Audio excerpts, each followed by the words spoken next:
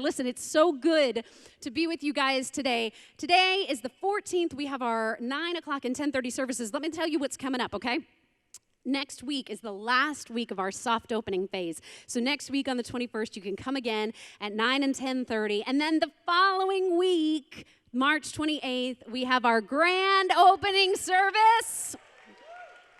With 3 service times, we added a third service to accommodate you and all the friends that I know you're bringing. I know you're bringing them, but we're going to have services that day at 8:30, 10 o'clock, and 11:30. And then listen, the week after that, we got 3 exciting weeks coming up because the week after that is the day. It's the day of to end all days in the church, in your life, in mine. It's Easter Sunday. Yeah, and Easter Sunday, we're not doing 3 services, we're doing 4, okay? We added a 4th service for you on Saturday night at 6:30, and then on Sunday morning, those same 3 times, 8:30, 10 o'clock, and 11:30. We cannot wait to see you. We have so many fun surprises and things planned, both for the grand opening and for Easter. It's going to be a blast, and I'm so grateful we're together for Easter this year. Woo! Well, I am so excited to be with you this morning. I want to give a special shout out and hello to everybody watching online. I hope you're doing good. Drop us some emojis if you're watching, I don't know, and say how you're doing today. We miss seeing you, and we're excited that you're with us worshiping together. But last week, Pastor Jason, the very handsome Pastor Jason, started a message series called All That Matters, and it's really just talking about everything that matters to God. And he based it on this verse out of 1 Corinthians 13. That's a familiar verse. It's the love chapter. You see a lot of these phrases in Kirkland's. If you're there a lot, there's a lot of Kirkland's love chapter things there, towels and such. But it's the verse. And now these 3 remain: faith, hope, and love. But the greatest of these is love. Last week, Pastor Jason talked to you about faith. This week, I want to talk to you about hope. Can you say hope? Hope, yeah, I want to talk to you about hope. And just to give us like sort of a working definition, I like simple, clear things. So the definition we are using today is hope is being able to see more than what's in front of you. Hope is being able to see more than what's in front of you. Do I have anybody else in the room who, like me, is obsessed and loves the Hunger Games? Okay? I am a Hunger Games nerd fanatic. Okay? I'm Team PETA. No one knows what that means, but that's okay. I love the Hunger Games. And in the Hunger Games, there was a cool quote about hope. Kind of struck me as I was preparing for this message. And it's President Snow. He says this. He says, hope is the only thing stronger than fear. Hope is the only thing stronger than fear. And what a year for fear. What a year for the need of hope. In fact, if ever a year came and tested our hope, it was 2020. You know what's crazy? Today is March 15th, okay? Last year, I was set to speak in our marriage series on March 15th, and the service never happened. It just didn't happen. That was the first week that we met online, because March 8th, we all went to church together. We had no idea it would be our last Sunday at George Jenkins High School. Kind of crazy, right? So it's been a year now, and I don't know if the right word is like nostalgic, but it's at least gotten me thinking of and remembering kind of where we were last year at this time. Not everything was bad. There were some things that were good, like, for example, Animal Crossing. Did anybody else play Animal Crossing? Give me some noise. Thank you. If you want to hit me up later for my code to add me, you can come to my island. I have oranges. So if you don't know what that is, it is an island game from Nintendo. You play and you just kind of make like a cute little world, and it was oddly as addictive as it was therapeutic. So you were just a little person with no worries. I was always like, there's no virus and there's no stress on this island. It's just a happy place where like penguins come and talk to you. That's my place, that's my people. So Animal Crossing was just a big joy in my life. What was scary is Nintendo was logging your hours. Didn't know that for a while. And apparently like other friends could see that. So like at one point, my friend was like, hey, you've spent 200 hours. And I was like, that can't be. It's probably the children, but they don't play.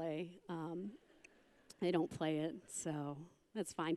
Tiger King, everyone's nervous. Yeah, so that's about a year ago is when we found out what the Tiger King was, and I was thinking about, like, what could I mention in church about the Tiger King? And there's nothing, so I'm going to keep going. Look it up or don't. Truly don't. Probably don't. Here was another thing. Growing fruits or vegetables. Did anybody grow something? Yeah. I'm going to shock and blow your minds right now. From looking at me, you probably can't tell this. I'm not that outdoorsy. Why are you laughing? I'm not that outdoorsy. But last year, in our time at home, I was like, I'm going to grow something. I'm going to grow it. I'm going to eat it. And so I did. I grew cherry tomatoes, and like the good Italian that I am, I threw some mozzarella and cheese in there, some balsamic vinegar. I made myself a salad, and I ate it. It was fantastic. I don't know that I ever would have grown anything had this time not happened, but suddenly I was like a farmer, and I was just like trying to chat with other farmers, like feeling I'm like, you guys have a good crop? Me too. I got 3 to 4 cherry tomatoes this year. So it's a good year. The Lord's been good to us. Literally no one else. Everyone's like, it's just a pot on my front porch. But those were some of the things. I tried to think of was there a moment in the last year that was like a low point? And I don't even mean like necessarily emotionally. The funny answer that kind of came to my mind was, we try to eat like decent, healthy. I say decent, healthy. That means like Friday night there will be pizza. Like there will always be pizza. Thank you. Yeah, pizza's always been there for me. Like I don't know. Like pizza's a friend that sticks closer than a lot of friends. So, but I try to eat somewhat healthy. So this day in the lockdown time, I don't know, but we were all hearing like we need to support the economy or something. So I don't know. In my mind, I was like, let's get fast food. Like I don't know if that actually helped anybody, but I was like, let's get Taco Bell. And some of you are like, what's wrong with Taco Bell? There's nothing wrong with Taco Bell. I ate Taco Bell on the way here. And you know what? No one judges you. Go with God. But for me, it's sort of unusual. But then it's not just that I got Taco Bell, guys. I also got Panda Express that day. And so some of you may be like, what's the big deal? You got Taco Bell for lunch, and you got Panda Express for dinner. And I want to tell you that that's not what happened. I want to tell you that I got Taco Bell and Panda Express for lunch. So that was a thing. And I was like, you know what I really want? A chicken quesadilla from Taco Bell, but with fried rice from Panda Express. That's not a thing. That's not a meal. But I made it one, sure did. And it was at that point, I was like, we've hit a low. We've hit a low. So at this point, I started running again. I got all these things. But that was just like a low time for me. That was sort of my thing. The funny thing to me about hope is that I don't think we as people realize we have our hope in very circumstantial things until those circumstances are moved or changed. So I think 2020, it was like, maybe you don't realize that you have a lot of hope in your health being good. But then all of a sudden it was like, oh, I'm worried about getting sick. Like, I don't want to be sick. Like, our surface was shaken. Or maybe your hope was in finance. And it was like, yeah, we're doing good, even if we're not crushing it. It's like our bills are paid and all this stuff. But then people started getting furloughed. And our surface was shaken. Our hope in finance was shaken. And then it was maybe things like even just the ability to meet and gather, like send my kids to school. Like I have a lot of hope for that because it's always been a thing. Like I have come to depend on that. I've come to expect that. I drop them there, spring break, summer, whatever. I just leave them there. And so, I trust and I believe that those teachers have been trained and called to do what I can't do. I found that out very quickly because, I have 3 children. They're wonderful, God's greatest gifts and all that. But I was not called to be their teacher. So they were, you know what I mean, like called to teach them in life lessons, but like not in like algebra, for example, because that was incredibly difficult for me. I have a bachelor's degree in music. It's incredibly useless. I just want to tell you that. But follow your dreams. Follow your dreams. Everybody should get what you want. But it's totally useless degree. So I had taken for granted that I could send my kids to school every day. It was just like all of a sudden we were home and we weren't meeting on Sunday morning, and it was like everything was shaken. All my hope was sort of like crazy shifted. And the truth of the matter is that I'm a believer. I've known Jesus my whole life, and I know this principle to be true, but never more did it become real to me than in 2020. This truth that anytime we put our hope in anything but Jesus, we will be disappointed. we will be disappointed. We are starting to see some light at the end of this season. We're here together. That's a beautiful thing. I love seeing you. It's wonderful. My kids are going to school.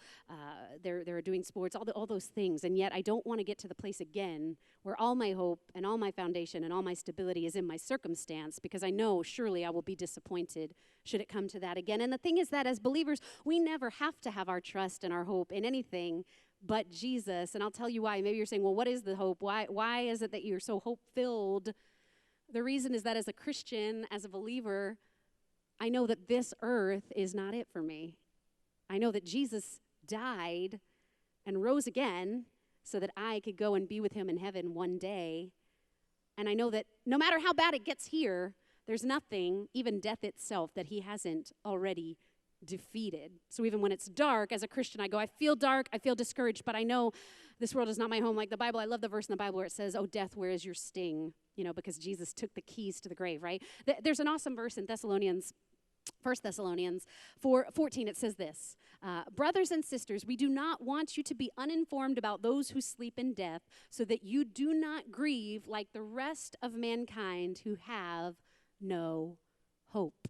For we believe that Jesus died and rose again, and so we believe that God will bring with Jesus those who have fallen asleep in him. It's just basically saying we don't have to grieve like people grieve. Have you ever been to a funeral service and it's dark and it's sad? But I've also been to funeral services where the person was a Christian, they were a believer, and it's oddly sweet. It's oddly sweet because we call it like a homecoming, right? We say they're with God, they're with Jesus, so there's a comfort. I was reading that same verse in the Message translation, and I just really liked the wording. It says, and regarding the question, friends, that has come up about what happens to those already dead and buried, we don't want you to be in the dark any longer. First off, you must not carry on over them like people who have nothing to look forward to, as if the grave were the last word. I love that saying, as if the grave were the last word. See, for us as Christians, the grave doesn't have the last word. Jesus, when he defeated death, made the last word for us, and we have hope in that.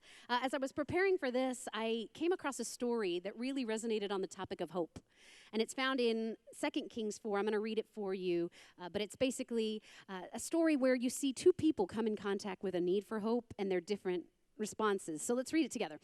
It's in 2 Kings 4, and it says, one day Elisha, and now Elisha, he was a kind of a co-worker of Elijah's. You've heard of Elijah. He was this incredible prophet, the MVP of major prophets, right? And Elijah, when he never died. He was literally taken up by God into heaven. Amazing. But as that was happening, Elisha said to Elijah, I want a double portion of what you have, okay? So what's crazy, too, is in the scripture, when you look back, Elisha has twice as many recorded miracles exactly as Elijah. That's kind of crazy, but that's just a little fun fact. So Elisha went to Shunem, and a well-to-do woman, she was either wealthy or she was just kind of very connected. A well-to-do woman was there who urged him to stay for a meal. So whenever he came by, he stopped there to eat.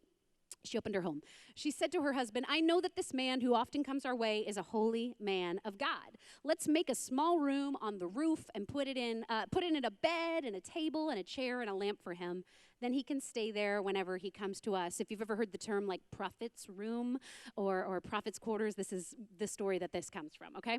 So one day Elisha came, he went up to his room and he lay down there. And he said to his servant, Gehazi, call the Shunamite. It's interesting. We don't even know this woman's name in the story. We just call her the Shunamite because she is from Shunem. She's a Shunammite woman. So he says, call the Shunamite. So he called her, and she stood before him. Elisha said to him, his servant Gehazi, tell her, you have gone to all this trouble for us. Now what can be done for you? What can be done for you? Can we speak on your behalf to the king or the commander of the army? He's kind of flexing. He's like, I'm very powerful and connected. What can I do for you, sis? Can I get you a parking spot downtown? Like, whatever it is, he's going to do it because he's well connected. So she, the Shunammite woman, replies, I have a home among my own people. Basically, she's like, I'm good. I've got everything I need. Thanks so much. But Elijah's not content with that. He says, what can be done for her? Elijah asked. So Gehazi said, she has no son, and her husband is old. She has no son, and her husband is old. In this culture, in this time, Having a son is everything. It's your legacy, it's your line, it's your lineage, it's your importance in that culture. Without it, there's a certain amount of shame that comes upon you in this society, okay? So he says, she has no son and her husband is old. Then Elijah said, call her. So he called her and she stood in the doorway. About this time next year, Elisha said, you will hold a son in your arms. About this time next year, you will hold a son in your arms. Now, if I'm this woman and I've just been told this incredible, unimaginable thing, my response is going to be incredible. I'm going to be excited. I'm going to be dancing, crying, everything. But look at her response. Look what she says. No, my Lord, she objected. Please, man of God, don't mislead your servant. Don't get my hopes up. But the woman became pregnant, and the next year, about that same time, she gave birth to a son, just as Elijah had told her. I think this is a really interesting story. There's two different people in this story, okay? We have the Shunammite woman, and she was this. She was the person with no hope, the one with no hope. She had clearly given up hope that she would ever see a son. And as I was preparing this story, I read her verse and I thought to myself, you know, when Elisha asked her, what can we do for you? She didn't forget to ask for a son, y'all. She didn't decide, what is it I wanted? What is it I wanted? I can't think of anything. In her time, in her culture, this would have been the absolute first and forefront thing on her heart to think of and ask for. So why didn't she ask for a son? What had come along in her life to kill her hope? Had she asked God so many times that she was just done? Had she had so many disappointed months and monthly cycles that had come and gone, no baby, no son, that she goes, you know what? It's safer to not get my hopes up. She didn't even ask for a son. That was intentional. She couldn't go through it again. She couldn't go through the disappointment again. Thankfully, there's a second person in this story. There's a person, the one with hope for the hopeless. So Gehazi comes in and he's like hearing her say, no, I don't need anything, I'm good. And he's sitting there listening, probably going, but she has no son. Wouldn't she want a son? You know, the rest of this story goes on, and it's such a great illustration of hope, because the woman goes on, sometime later her son becomes sick to the point where he dies. And she takes her donkey and goes to Elijah and is like, hey, what the heck, man? She says in 2 Kings 4:28, didn't I tell you, don't raise my hopes? I didn't ask you for this. You got my hopes up. Now this boy dies. Elisha winds up praying. The son is healed. But what had happened to that woman in her life to take away her hope? What had crushed that? We don't know. We don't know what happened to her, but we do know that someone was next to her who had hope for her when she couldn't have it for herself. Have you ever had somebody in your life who had hope for you when you couldn't even believe it in yourself? But better yet, have you ever been for someone the hope when they were hopeless and couldn't see and couldn't have hope for themselves? A lot of times I think we come to church, it's very shiny, God's been good to us, we're doing okay. But I think we've forgotten what it feels like to have no hope. Can I ask you a question? When was the last time you felt hopeless? When was the last time you felt completely and utterly bereft of hope? Just hopeless. Maybe that's you today. Or maybe God has done something for you, but maybe you've forgotten the depths of that. I have not shared this story with a lot of people. I have a very small circle in my life the more this has gone on, and that's okay. But last year in the fall, I fell into deep and dark depression. I stopped sleeping. I had no appetite for food, which is how you know it has gotten bad. I lost my joy. If you've met me, I dance more than I walk. I'm a very joyful person. but I lost it. I don't really exactly know why, but I know that in that moment my hope was gone. In fact, there was a day Pastor Jason and I were going to record Monday night prayer. If you guys ever watched those, we did Monday night prayer from our living room. And I just sat before we went on, and I looked at him and I said, I'm a fraud. I'm a fraud. How can I pray for others when in my life I'm so messed up right now? It's dark. And I think I had just forgotten what that darkness felt like. I've struggled with depression and anxiety my whole life, but I think I had forgotten. And to sit back in that, it took my breath away. The important thing for me, by the way, was that it was a lie that God couldn't use me in that moment because I was struggling. Nothing you have walked through or will walk through or are walking through has in any way disqualified you from God being able to use you. Actually, I'd like to offer that a lot of times those things I have walked through and you have walked through aren't to make us feel like we can't do, but they're so we can. I sit with people all the time in this church who say, I'm really depressed. And then sometimes I'll say, I get it. If I hadn't felt those things, right, I could just say, okay, pray about it, say 2 prayers, go on your way. No, I know what it feels like to be there. And God has brought me through. I've talked to my doctors, I've talked to my counselors, started exercising, all those good things. I'm doing good. In fact, this verse in Psalm 30 this is from the Passion Translation, by the way, but it feels like my soul's cry. It says, "Oh Lord, my healing God, I cried out for a miracle and you healed me. You brought me back from the brink of death, from the depths below. Now here I am, alive and well, fully restored. Now here I am." If God's given you a testimony where you've walked through it, somebody around you is waiting for you to come to them and say, now here I am. Can I help you? Can I mourn with you? If you don't think people need this, friends, we've been in ministry a lot of years. Never more than this year have we gotten calls for people who are hopeless, filled with anxiety, battling depression. I'm going to read you a stat, not to scare you, but because I want you to sit in this and understand what people are facing. The Center for Disease Control released this stat in June.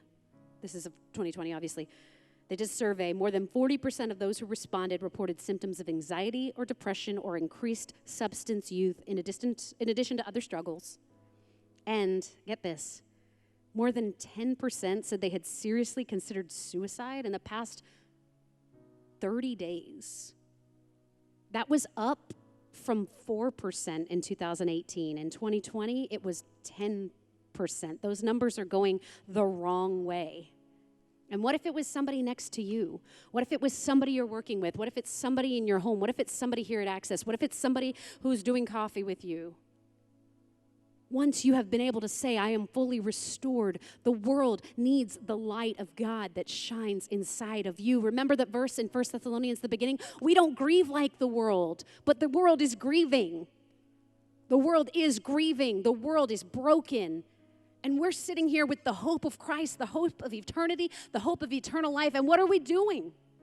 What are we doing with it? Are we being hope bringers, hope dealers? I want us to take some time and reflect. If you would bow your head with me. Maybe you're in this room today and you aren't even to that point because you're saying to me, this all sounds great. I wish I knew the God you talked about who offers hope despite circumstance. I really wish I knew that, but I don't. I've never accepted Jesus. I've never asked him to be my God, to give me the hope of eternal life so that no matter how bad it gets here, we know we have the hope of perfect eternity where there is no more tears, no more pain, no more disease, no more anxiety, no more stress, just perfect heaven with Jesus.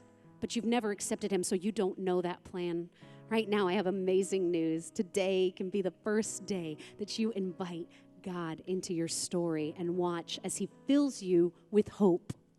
Right now, with every head bowed and every eye closed, if you say to me, Liz, that's me. I have never accepted Jesus. No one is looking, but I want to invite him into my heart today to be my Lord so that I have the hope of eternity. Will you just raise your hand right now? No one is looking. No one is looking. Maybe you are in this place and you've said, I've gone through tough times like you, but God has brought me out. He's healed me. Good. But it was never just for you that God healed you. Everything he's given you was never just for you.